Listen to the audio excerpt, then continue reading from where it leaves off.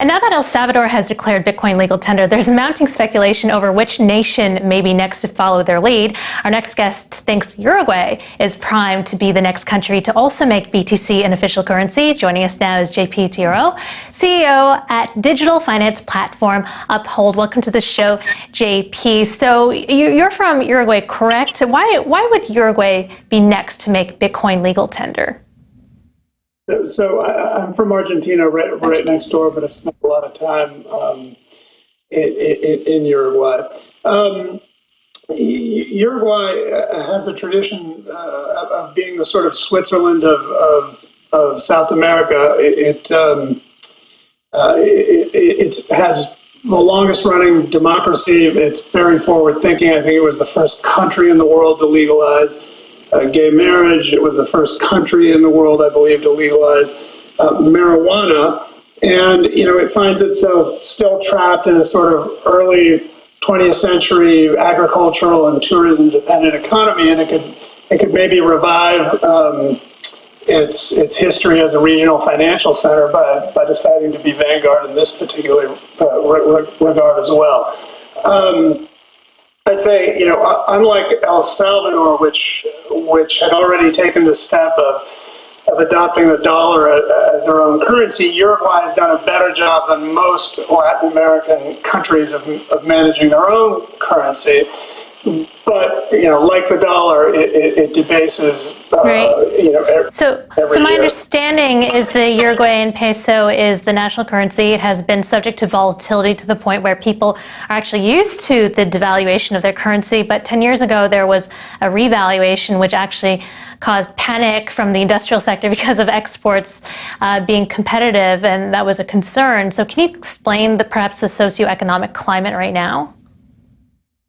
So the socioeconomic climate in Uruguay, well, right now it's a bit tricky. They were probably the model COVID country, along with New Zealand, for the first year of the pandemic, and then very sadly, I guess, were overwhelmed by loose-ish borders with Brazil, which has a tricky variant, in Argentina, both countries of whom have lots of part-time residents in Uruguay. And so today it's literally, I think, the epicenter along with India.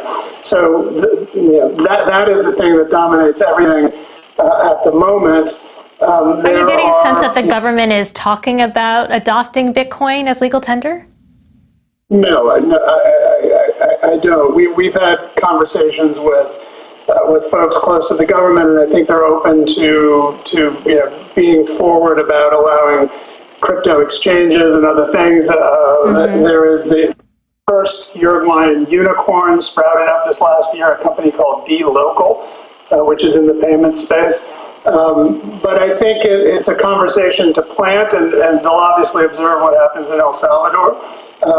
But again, that combination of a history of a financial center and a recent history of being vanguard and innovative has the right makings of them wanting to reclaim a role they played in the past as a regional financial center. Uruguay has also been working on a CBDC project, central bank digital currencies. Do you think that is more likely to be adopted in the country?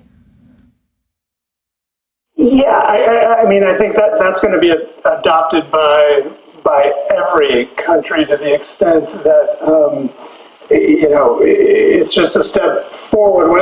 I was reading about El Salvador and Steve Hankey's comments in your own publication from, I think, earlier today, and one of the things that didn't make any sense to me is he makes reference to dark forces doing this, Russians, so they could come in and swoop up El Salvador's dollars. And again, in my experience in places like Argentina and Uruguay, and even I think more markedly so in El Salvador, those dollars are in cash, in paper.